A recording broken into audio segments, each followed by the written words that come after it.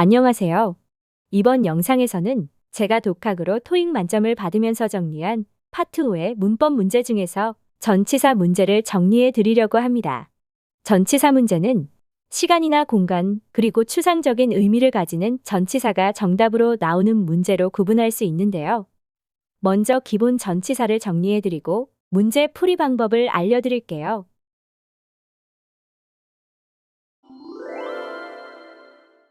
전치사는 하나의 단어가 시간이나 공간, 그리고 추상적인 의미를 모두 가지는 경우가 있는데요. 시간의 시점과 기간을 기준으로 기본 전치사들을 정리해 드릴게요. 먼저 at이랑 o는 시점과 함께 오는 전치사인데요. at은 정확한 시간과 함께 오고, o는 날짜나 요일 그리고 특정일과 함께 옵니다.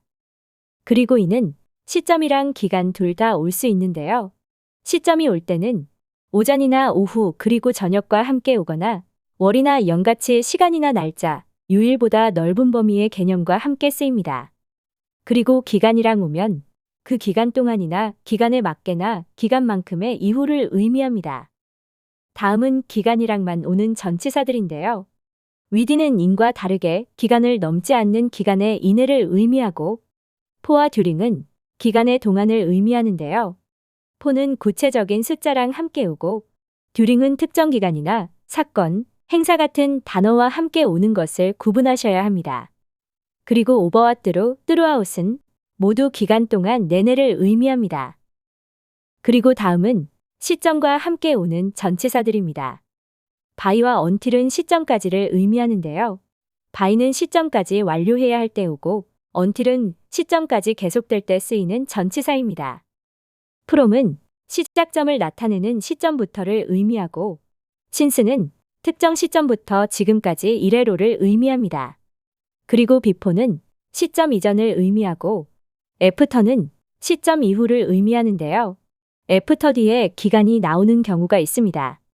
다음 예문을 보면 after 뒤에 6months가 나왔는데요. 이때 6months는 6개월 동안의 기간이 아니라 6개월의 기간을 보낸 시점을 의미합니다. 그래서 after 뒤에 기간이 나오면 기간을 보낸 시점으로 생각하시면 됩니다. 이제 공간의 의미를 가진 단어들을 정리하면 at은 구체적인 지점을 나타내고, o는 표면 위를 의미하고, in은 넓은 지역 안에를 의미합니다. 그리고 within은 공간의 이내를 의미하고, for는 향하는 곳을 나타냅니다. over는 위에 걸쳐 있는 것을 의미하고, through는 공간을 통과하는 의미를 나타내고, throughout은 공간의 전역에 걸쳐 있는 것을 의미합니다. 그리고 by는 공간의 옆을 의미하고, from은 공간에서부터 시작하는 것을 의미합니다. 마지막으로 추상적인 의미로 쓰이는 단어들을 정리해 드릴게요. 먼저 동사 ing와 쓰이는 전치사들이 있는데요. on이나 upon은 동사를 하자마자를 의미하고, in은 동사 함에 있어서를 뜻하고, by는 동사 함으로서를 의미합니다. 그리고 for는 목적을 나타낼 때 쓰이고, over는 명사에 관해서 설명할 때 쓰일 수 있고, through는 명사를 통해서를 의미합니다. 그리고 by는 수동태 뒤에서 쓰일 수 있습니다. 그럼 이제 유형별로 문제 풀이 방법을 정리해 드릴게요.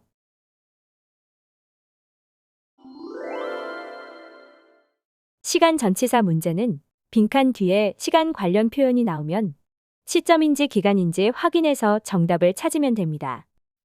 다음 문제는 빈칸 뒤에 날짜가 나와서 날짜와 쓰일 수 있는 on이 정답이 되는데요. 월만 보고 in을 고르지 않도록 날짜가 있는지 확인해야 합니다. 두 번째 문제는 빈칸 뒤에 기간이 나와서 보기에 전치사가 기간인지 시점인지 구분했더니 기간이랑 나올 수 있는 전치사가 하나밖에 없으므로 A가 정답이 됩니다.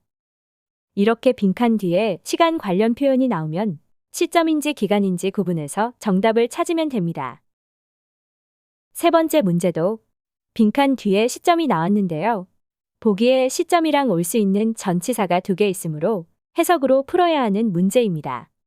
학생들이 수업 시작 전에 교과서를 주문하는 것이 자연스러우므로 정답은 A가 됩니다. 이렇게 보기에 2개가 남을 경우 해석해서 정답을 찾아야 합니다. 참고로 before는 prior to로 애프터는 팔로잉으로 동의어가 나올 수 있습니다. 네 번째 문제는 빈칸 뒤에 시점이 나왔는데요. 먼저 B와 C는 기간이랑 나오는 전치사라 제외하고 A는 월이나 연이랑 오는 전치사이므로 정답은 C가 됩니다. 앞에서 정리한 시점이랑 쓰일 수 있는 전치사 이외에도 시점으로부터의 의미를 가지는 다음과 같은 전치사들이 자주 나오니 참고해 주세요. 다음 문제들은 빈칸 뒤에 기간이 나왔는데요. 보기의 기간이랑 쓰일 수 있는 전치사가 포와 듀링이 나와서 이 둘을 비교해서 풀어야 하는 문제입니다.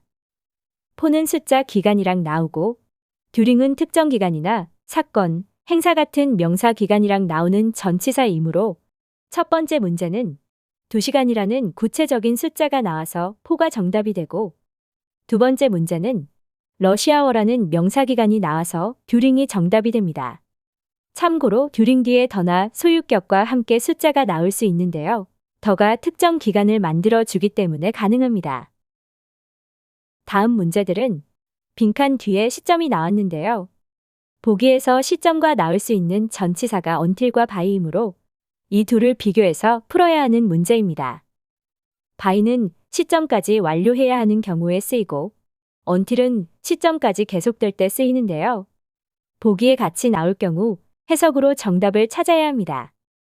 세 번째 문제는 서점 할인이 이달 말까지 계속 이용 가능한 게 자연스러우므로 정답은 until이 되고 네 번째 문제는 5월 10일까지 신청서와 이력서를 제출해야 하는 것이 자연스러워서 정답은 by가 됩니다. 그럼 이제 공간 전치사 문제 풀이 방법을 알려드릴게요.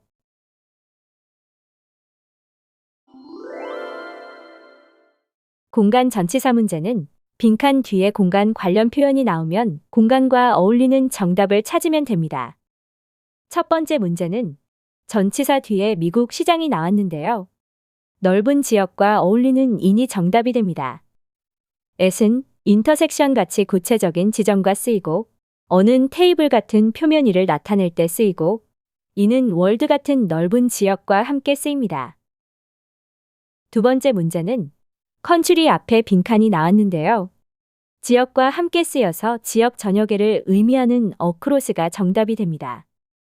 어크로스와 같은 의미로 throughout도 자주 쓰이니 기억해 주세요. 세 번째 문제는 등록 데스크 앞에 빈칸이 나왔는데요. 등록 데스크의 근처에 있는 게시판이 자연스러우므로 정답은 B가 됩니다. near은 전치사와 형용사, 부사로 쓰일 수 있는 단어인데요. nearby는 전치사로 쓰일 수 없고 형용사랑 부사만 되기 때문에 전치사 문제 보기에 nearby가 나오면 제외해 주시면 됩니다. 네 번째 문제는 고속도로 앞에 빈칸이 나왔는데요. 표지판이 고속도로를 따라서 붙어 있는 것이 자연스러우므로 정답은 C가 됩니다. 어롱은 전치사로 쓰일 때 명사를 따라서의 의미이고 부사로 쓰일 때 함께라는 의미를 가지기 때문에 함께라는 의미의 전치사를 쓸 때는 with와 함께 나와야 하니 주의해 주세요. 그럼 이제 추상 전치사 문제들을 정리해 드릴게요.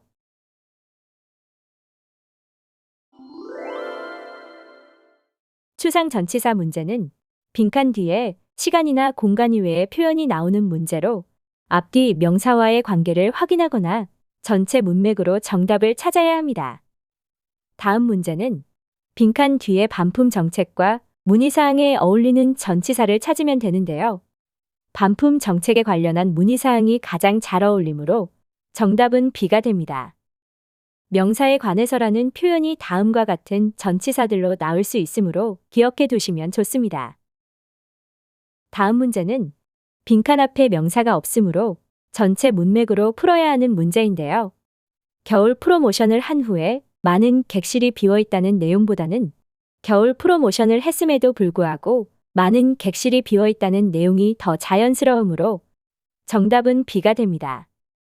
앞의 내용과 반전이 되는 내용이 나올 때 올 수 있는 전치사는 다음과 같은 단어들이 있는데요. 이런 단어들이 보기에 있을 때는 내용의 반전 유무를 잘 따져보는 것이 좋습니다. 다음 문제도 해석을 해서 풀어야 하는 문제인데요. 뉴스와 이벤트가 추가로 포함한다는 내용이 자연스러우므로 정답은 C가 됩니다. 다음과 같은 추가를 의미하는 전치사와 제외를 의미하는 전치사가 자주 나오는데요. except 같은 경우 전체에서 부분을 제외할 때 쓰이는 전치사로 올이나 every 같은 단어와 함께 나오는 경우가 많으니 참고해 주세요. 다음 문제는 빈칸 뒤에 복수명사가 나왔는데요. 빈칸 뒤에 복수명사가 나오고 보기에 어몽이 나오면 정답이 될 확률이 높으므로 먼저 해석해보고 자연스럽게 해석이 되면 정답으로 고르면 됩니다. 다음 문제는 빈칸과 명사 뒤에 and가 나왔는데요. and는 between과 자주 나오는 표현이므로 먼저 해석해보고 자연스러우면 정답으로 고르면 됩니다. between 이외에도 from은 to와 함께 자주 나오기 때문에 보기에 나올 경우 빈칸 뒤에 to가 나오는지 확인해 보는 게 좋습니다. 다음 문제의 보기들은 두 단어 이상으로 이루어진 전치사들이 나왔는데요. 전치사들의 뜻을 알아야 풀 수 있는 문제들입니다. 보기에 나온 전치사구 이외에도 다음과 같은 전치사구가 나올 수 있으니 기억해 두시면 좋습니다. 다음 문제는 빈칸 뒤에 동사 ing가 나왔는데요. 보기를 하나씩 넣어서 해석해서 풀어도 되지만 동사 ing와 함께 올 수 있는 다음 전치사들을 미리 알고 있으면 먼저 확인해서 고를 수 있습니다. 다음 문제는 동사 ing 뒤에 빈칸이 나왔는데요. 동사와 같이 쓰이는 전치사를 알고 있으면 바로 풀 수 있는 문제입니다. 이런 유형의 문제를 바로 풀기 위해서는 다음과 같은 전치사들과 함께 쓰이는 단어들을 미리 암기해 놓는 것이 좋습니다.